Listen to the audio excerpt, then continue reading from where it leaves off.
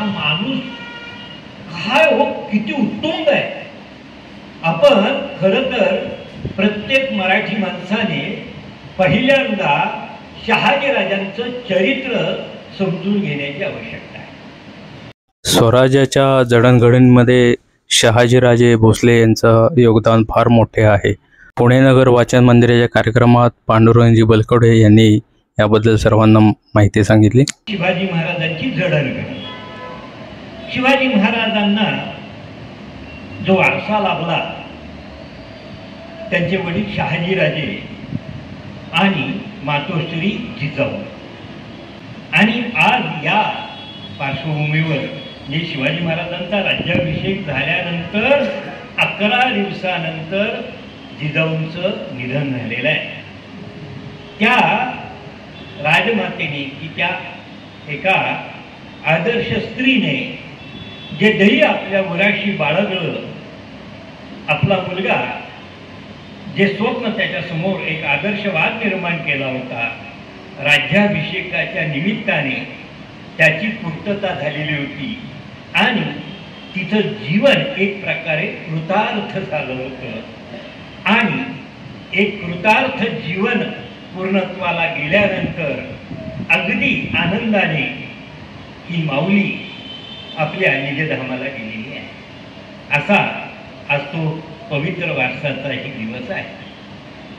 आता बघा शहाजीराजांच्या विषयी की शहाजीराजे हे शिवाजी महाराजांचे वडील एवढी साधारणपणाने सामान्य मराठी व्यक्तीला त्यांची ओळख आहे.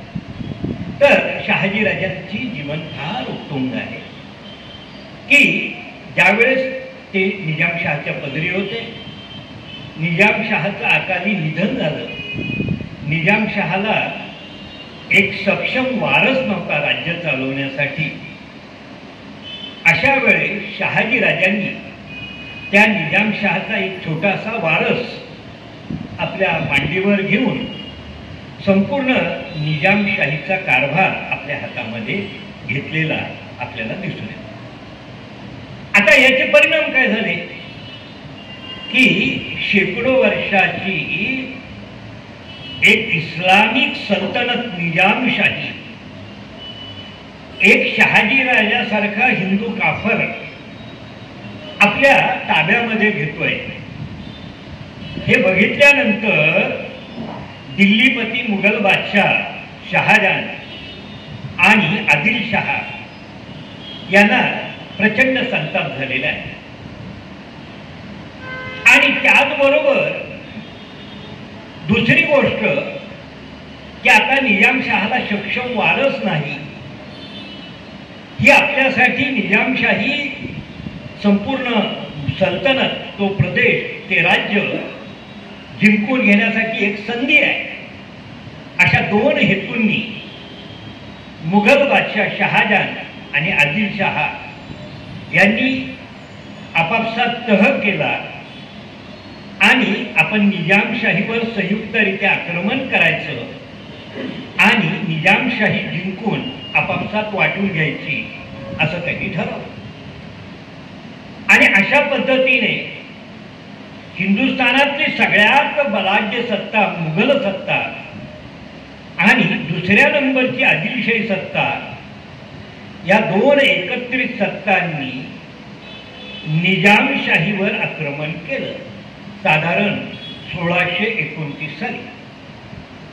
अशा वेळेस शहाजीराजांसारखा एक कर्तृत्ववान मराठी योद्धा या दोन भारतातल्याच नव्हे तर जगातल्या बलाढ्य संयुक्त फौजांशी सत्तांशी संघर्षाला उभे राहिले.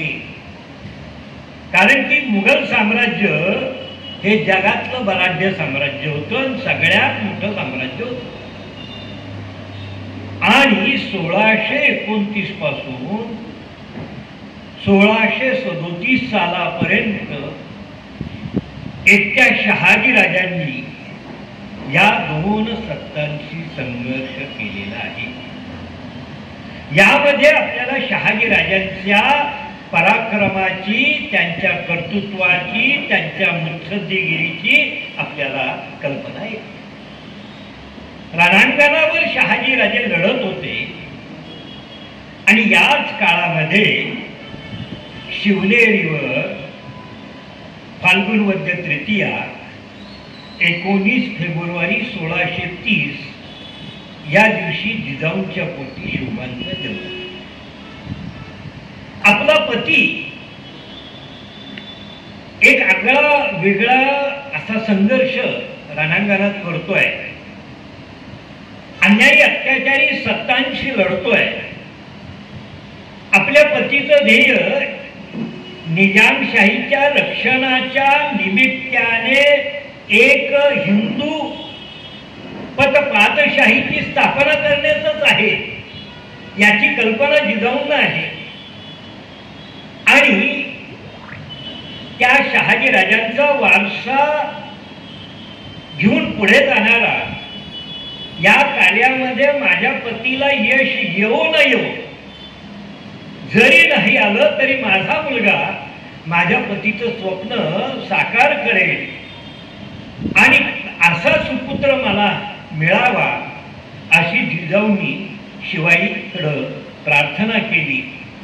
आणि एक प्रकारे शिवाईंनी त्यांना हा प्रसाद दिलेला आहे. आता हा संघर्ष चालू आहे. शेवटी शहाजीराजांना मर्यादा आहे. एक व्यक्ती, एक ठोका भारतातला अगदी 4थ्या दर्जातला एक सरदार आहे आणि असा या 2 बलाढ्य सत्तांशी लढतोय 8 वर्ष. कल्पना करा. आणि शेवटी ठाणे जिल्ह्यातल्या माहुलीच्या किल्ल्यावर शहाजीराजे त्या लहान वारसाला घेऊन आपल्या इथल्या त्याचं रक्षण करण्याचा प्रयत्न करत होते आणि तिथं प्रचंड मोठा वेढा पडला आणि काही महिन्यानंतर माहुलीचा किल्ला शत्रूच्या ताब्यात गेला. मुघलांनी तो निजामशहाचा वारस ताब्यात घेऊन त्याची निर्गुण हत्या केली. शहाजीराजांना कैद केलं आणि त्यांना मृत्यूदंड जाहीर केला. आता बघा, त्या निजामशहाला नष्ट केलंय, त्याची कत्तल झाली आणि काही दिवसांनी, काही क्षणांनी, कोणत्याही क्षणी आपली हत्या होणार आहे. अशा परिस्थितीमध्ये एखादी व्यक्ती किती खचून गेली असती, परंतु शहाजीराजांनी अशा विपरीत परिस्थितीमध्ये या दोन्हीही सत्तांना असं दाखवून दिलं की मला मारण्यापेक्षा मला जिवंत ठेवणं तुमच्या फायद्याचं आहे.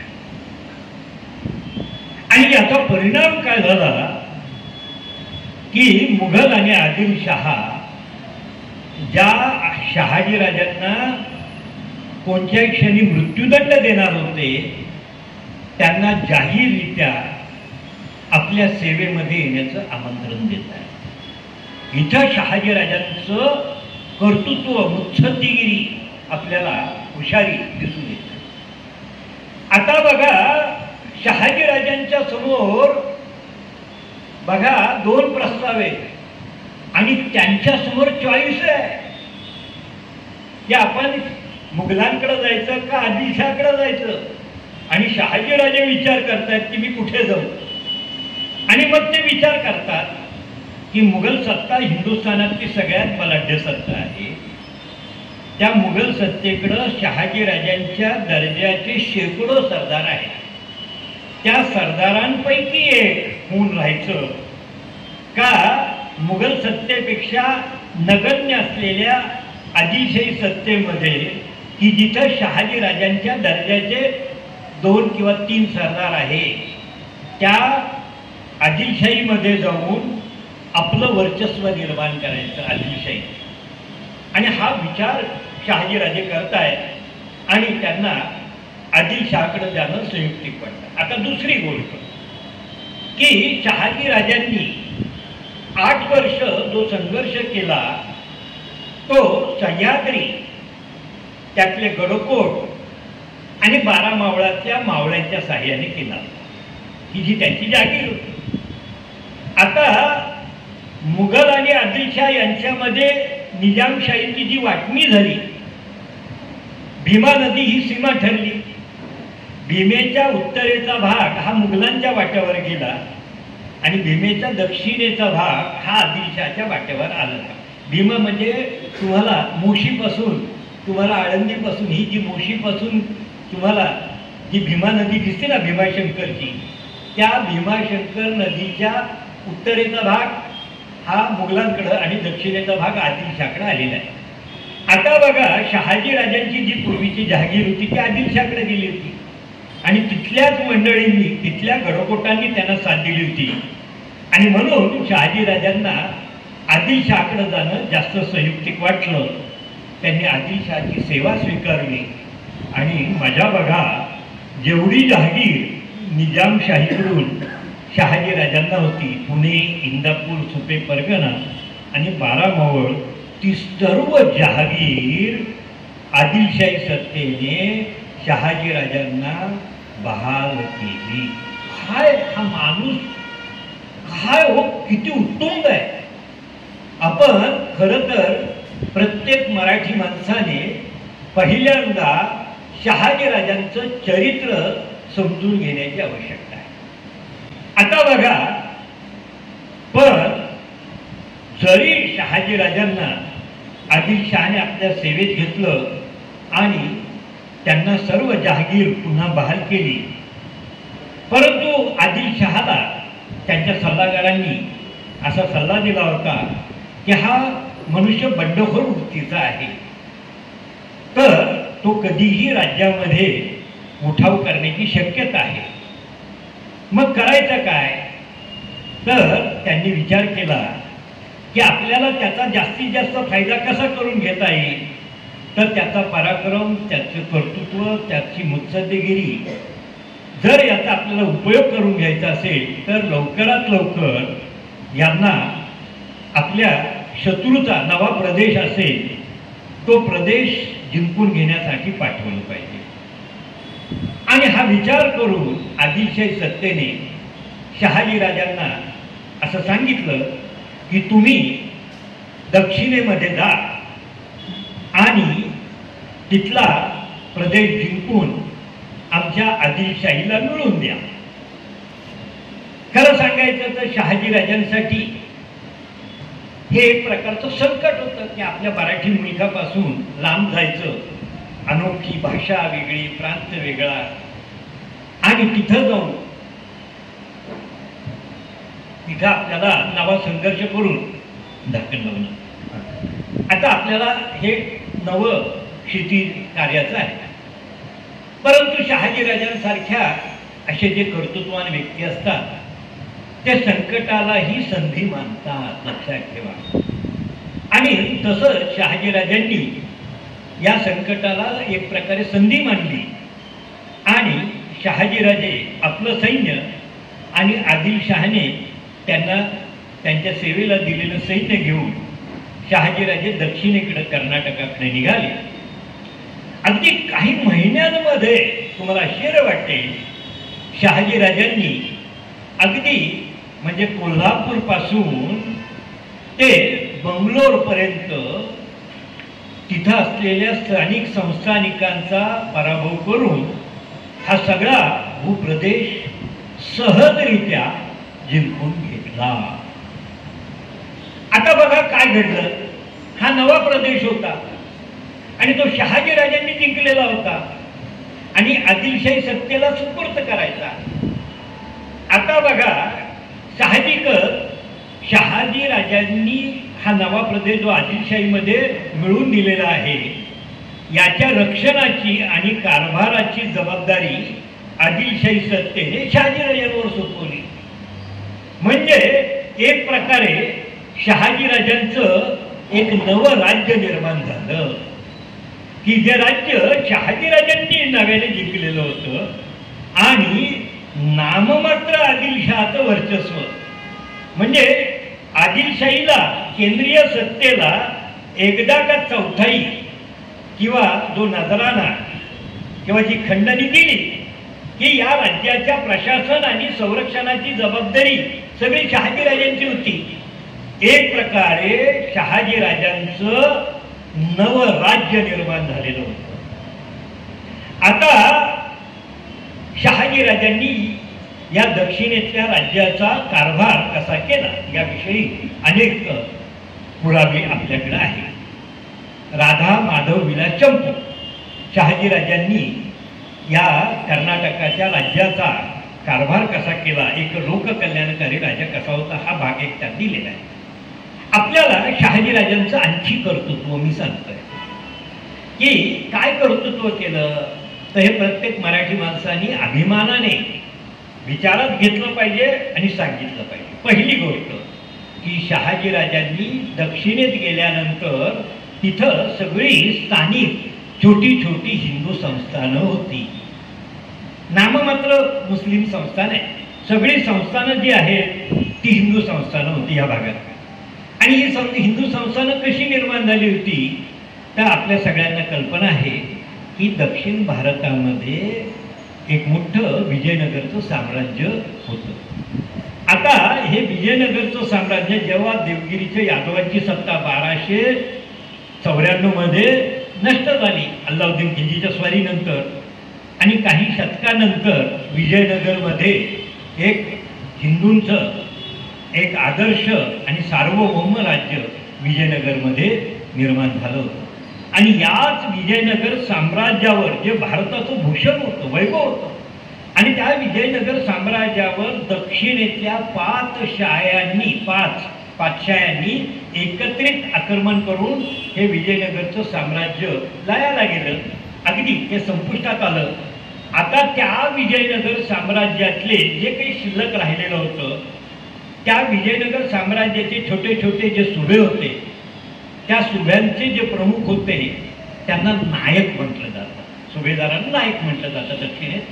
आणि हे सुभेदार स्वतंत्र झाले होते, म्हणजे बराचसा भाग हा आदिलशाही कुतुबशाही सत्तेत गेल्यामुळं राहिलेला जो विजयनगर साम्राज्याचा जो भाग होता तो ह्या स्थानिक हिंदू नायक संस्थानिकांकडे होता. परंतु आपल्या भारताच्या परंपरेप्रमाणे हे हिंदू संस्थानिक त्यांना आपल्यावरच्या भावी संकटाची जाणीवच नव्हती आणि अक्षरशः आपापसात ते वाद घालत होते. आणि म्हणूनच शहाजीराजांना या छोट्या छोट्या संस्थानिकांना सहज जिंकून घेणं शक्य झालं. पण शहाजीराजांनी फार मोठं सांस्कृतिक कार्य काय केलं असेल तर एकही हिंदू संस्थान शहाजीराजांनी नष्ट केलं नाही. त्या सर्व संस्थानिकांना आपलं मांडलिक बनवलं, आपले आधिपत्य मान्य करायला लावलं आणि त्यांना सांगितलं की बाबांनो आता तरी शहाणे व्हा, आपापसात भांडू नका, आपल्यावर हे इस्लामचं आक्रमण होतंय, त्या आक्रमणापासून आपलं रक्षण करण्यासाठी संघटित व्हा. आणि शहाजीराजांनी एक इस्लामिक सत्तेच्या नेतृत्वाखाली कार्य करत असताना हिंदू संस्थानिकांचा संघ स्थापन केला. केवढं कठीण कार्य आहे, आपण शहाजीराजा समजून घ्या. आणि म्हणून कर्नाटकामध्ये जी संस्थानं शिल्लक राहिली याचं श्रेय शहाजीराजांना. दुसरं कार्य की तुम्हाला महाराष्ट्रापासून उत्तरेकडं काश्मीरपर्यंत राजस्थान सोडलं तर बहुतांश हिंदुस्थानातल्या आमच्या प्रदेशातली आमची प्राचीन मंदिरं नष्ट झालेली पाहायला मिळतात. काशीमध्ये एकही मंदिर नव्हतं, मथुरेत एकही मंदिर नव्हतं, अयोध्येत एकही मंदिर नाही, अशी आमची पार्श्वभूमी आहे. जे काशी, मथुरा आणि अयोध्या ही जी सर्वोच्च तीर्थक्षेत्र आहे जिथं एकही मंदिर नाही. आपल्या पुण्यनगरीमध्ये एकही मंदिर नव्हतं. अशा वेळेस आज दक्षिणेतली हजारो वर्षांपूर्वी आपल्या पूर्वजांनी निर्माण केलेली ती भव्य दिव्य हिंदू मंदिरं मूळ स्वरूपात टिकून आहे की जिच्या रूपाने आमची संस्कृती तिची महानता सांगते. त्या मंदिरांचं अस्तित्व शहाजीराजांमुळे टिकलं, हे शहाजीराजांचं महान कार्य आहे. आणि शहाजीराजांनी तिसरं केलेलं कार्य, सांस्कृतिक कार्य, की शहाजीराजांच्या पदरी अनेक भाषांचे पंडित होते.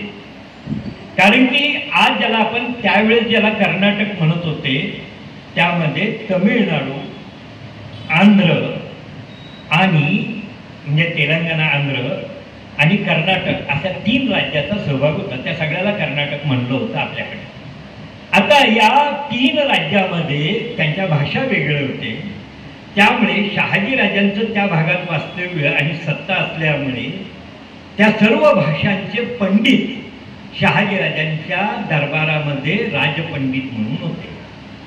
शहाजीराजांनी त्यांच्यासमोर एक नवीन कार्य त्यांना सोपवलेलं होतं की बाबांनो, शेकडो वर्षांपूर्वी या आपल्या वेगवेगळ्या भाषांमध्ये ज्ञानरूपाने जे ग्रंथ निर्माण झाले त्या ग्रंथांचं एका भाषेतलं ज्ञान आपण वेगवेगळ्या भाषेतल्या लोकांना उपलब्ध करून दिलं पाहिजे.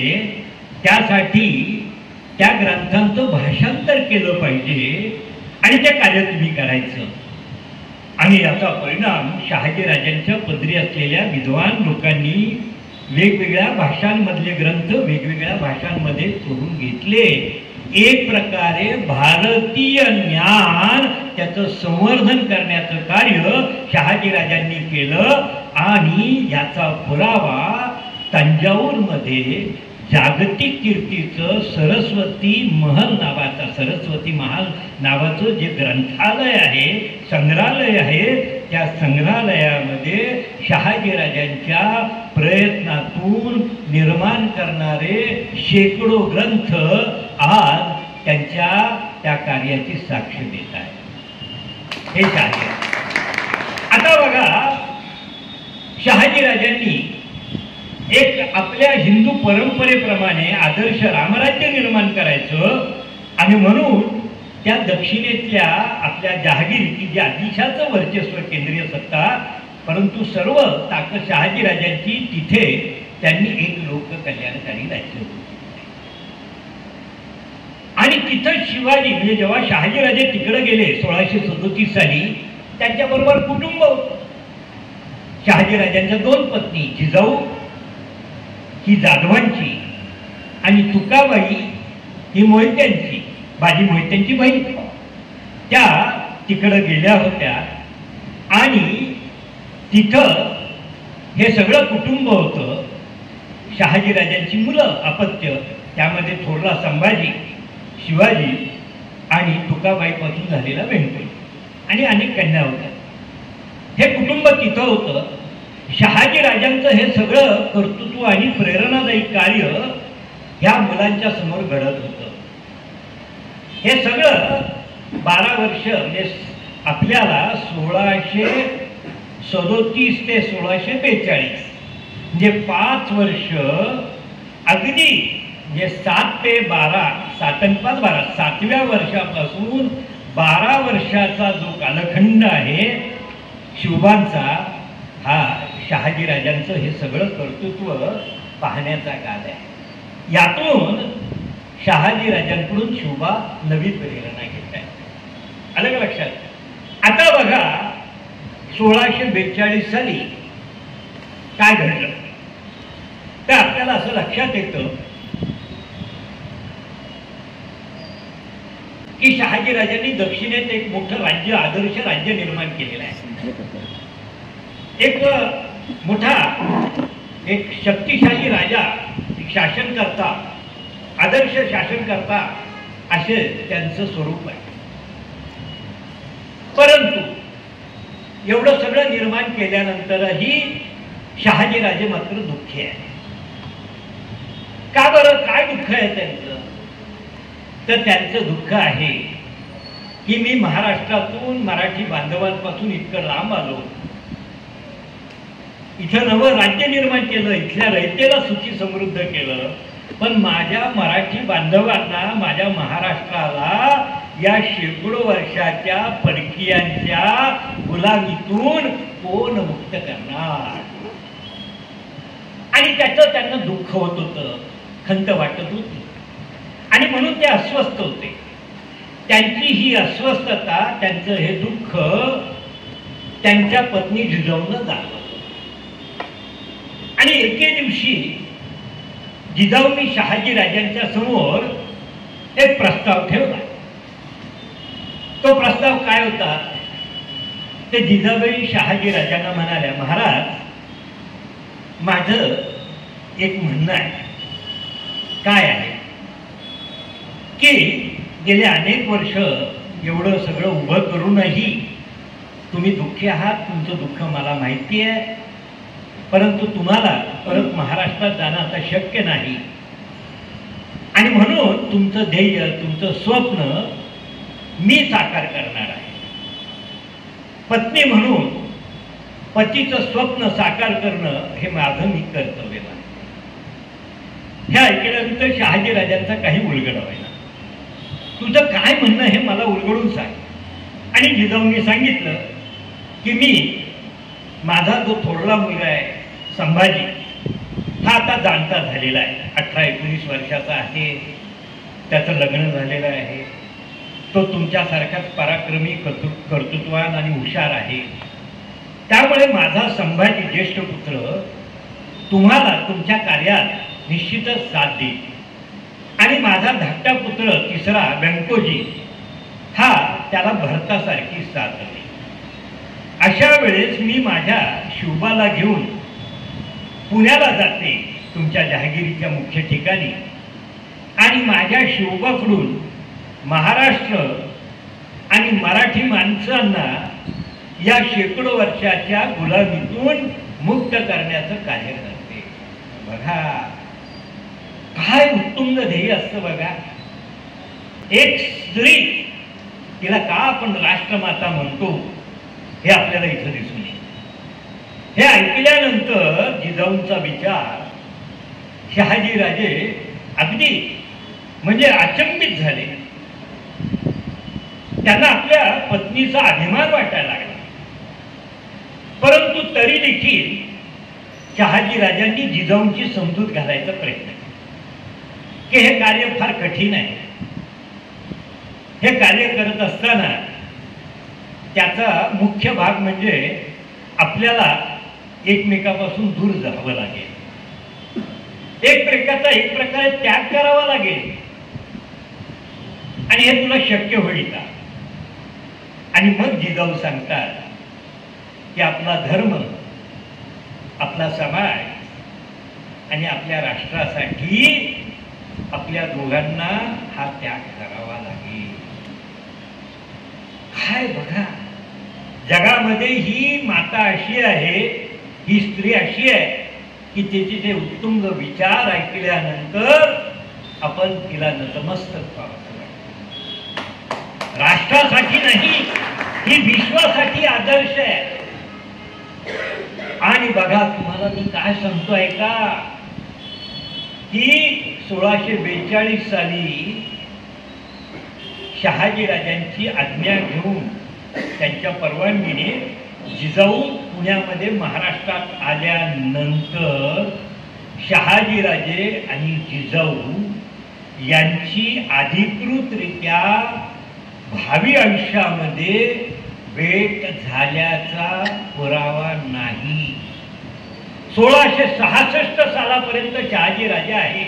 42 ते 66 विचार करा, जवळजवळ ते 24 वर्ष एकमेकाची भेट न घेता. आता सांगा, आपण वर्तमान काळात एक दिवस पती पत्नी एकमेकापासून दूर राहणं अशक्य वाटतं, परंतु एका उत्तुंग ध्येयाने 24 वर्ष हे दोघं एकमेकापासून दूर राहिले.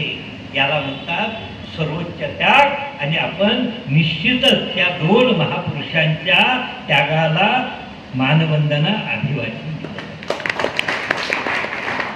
आणि अशा पद्धतीने जिजाऊंचा निर्धार बघितल्यानंतर शहाजीराजांना कौतुक वाटलं. खरंच सांगतो, कौतुकास्पद एक गोष्ट आहे. पती पत्नीला एकमेकाचा किती अभिमान वाटावा याचं हे उदाहरण आहे. आणि मग शहाजीराजांनी काय केलंय बघा, किती त्यांची दूरदृष्टी आहे शहाजीराजांची. आपल्या 12 वर्षाच्या मुलाला पुण्याला पाठवत असताना आपला मुलगा इथल्या यवनी आदिलशाही सत्तेचा नोकर होऊ नये किंवा ठरू नये म्हणून 12 वर्षाच्या मुलाला कारभाराचे धडे मिळावेत म्हणून आपल्या 450 गावांच्या जहागिरीतील कर्याक मावळ 33 गावाचं जे मावळ आहे आणि ज्याचे देशमुख आमचे काका आधी करंजावणे देशमुख आणि पायपुडे देशमुख या 33 गावाचा पोटमुकाजार कारभारी म्हणून 12 वर्षाच्या मुलाला सनद दिली आहे. म्हणजे 12व्या वर्षी शिवाजीराजे आपल्या वडिलांच्या जहागिरीतील 33 गावांचे कारभारी म्हणून पुण्यात आलेले आहेत. आता बघा, या 12 वर्षाच्या मुलाला शहाजीराजांनी अष्टप्रधान मंडळ नेमलेलं. हे सगळं तुम्हाला धक्कादायक वाटेल हो. अष्टप्रधान मंडळ, 12 वर्षाच्या मुलाला अष्टप्रधान मंडळ. आता बघा, शहाजीराजांनी आपल्या मुलाला मार्गदर्शन आणि सहाय्य करण्यासाठी सहाय्यक नेमले आणि ती सगळी तरुण कर्तृत्ववान माणसं आहेत, पराक्रमी आहेत, हुशार, चाणाक्ष आणि तेवढेच मुत्सद्दी असलेली ही अष्टप्रधान आहे. आपल्याला शिवाजी महाराजांनी राज्याभिषेक प्रसंगी अष्टप्रधान मंडळ, खरं तर ते 1642 पासून आहे. म्हणजे एक राजा आपल्या राज्याचा कारभार करत असताना एका व्यक्तीच्या ज्ञानाच्या आणि कार्यक्षमतेच्या मर्यादा असतात. कारण की इथं परंपरा एकाधिकारशाहीची आहे.